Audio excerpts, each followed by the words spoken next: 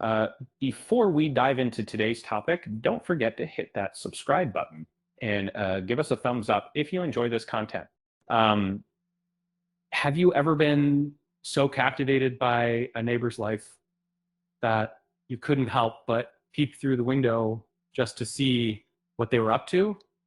Uh, well, that's exactly what The Voyeurs, starring Sydney Sweeney, uh, explores every time, um, but does this erotic thriller manage to live up to its cinematic inspirations? Sweeney, known for her unforgettable performances in Euphoria and The White Lotus, takes on a completely different genre with this 2021 film. The movie introduces us to Pippa and Thomas, a young couple whose curiosity about their neighbors soon spirals into something far more dangerous. Living in Montreal, they become obsessed with Sebastian and Julia, a couple whose behavior seems to be an open invitation for the couple to spy. Uh, what starts as harmless fascination uh, quickly becomes an ethical nightmare, with their relationship hanging by a thread. Despite Sweeney's stellar performance, The Voyeurs never quite escapes the shadow of a classic. Critics quickly drew comparisons to Alfred Hitchcock's iconic Rear Window, and unfortunately, The Voyeurs couldn't shake off the feeling that it was a modern day echo of Hitchcock's masterpiece.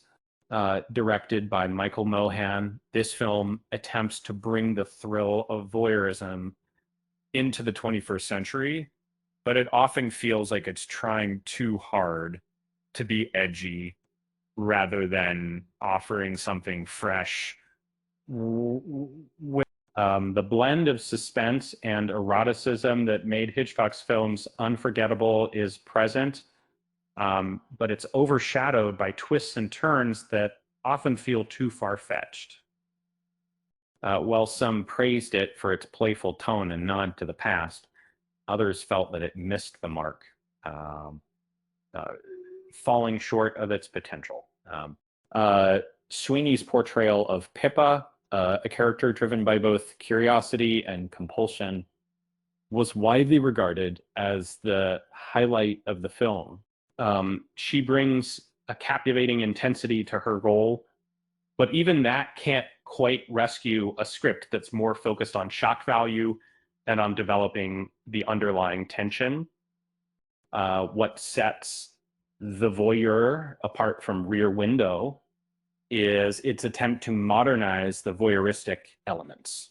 While Hitchcock used subtlety and psychological suspense to keep viewers on the edge of their seats, the voyeur often leans on sensationalism, which can dilute the film's suspense.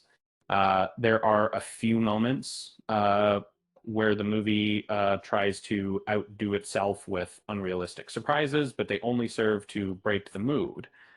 Nevertheless, some critics still found elements to praise.